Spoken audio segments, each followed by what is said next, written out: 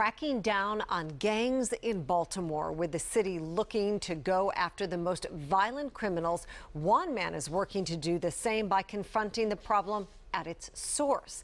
WJZ is live. George Solis with this rare look at gang life from someone who lived it. George?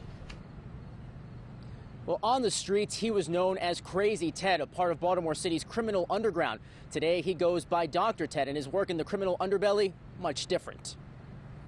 The recent carnage on the streets of Baltimore City pushing city leaders to their limits. We know who the trigger pullers are. Now let's go after them. Top law enforcement officials forming an elite team of police and prosecutors to go after the worst of the worst violent gun offenders. We think it'll have better outcomes for our entire community. All this happening on the heels of a violent Labor Day weekend.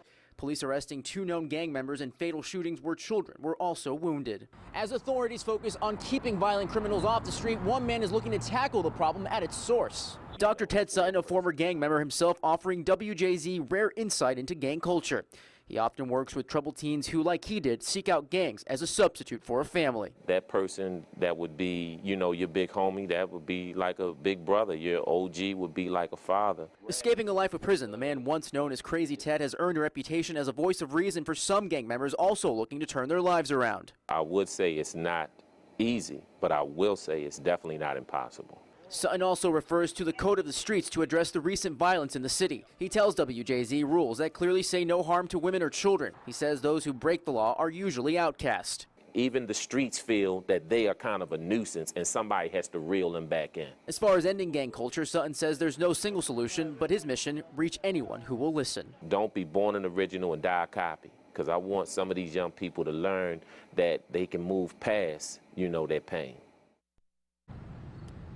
Now, Sutton also calls on community members to become more proactive in reaching out to at-risk youth before they seek out gang life. Reporting live in Baltimore, George Solis, WJZ Eyewitness News. George, thank you. Sutton says he also works with police to help build better relationships with children.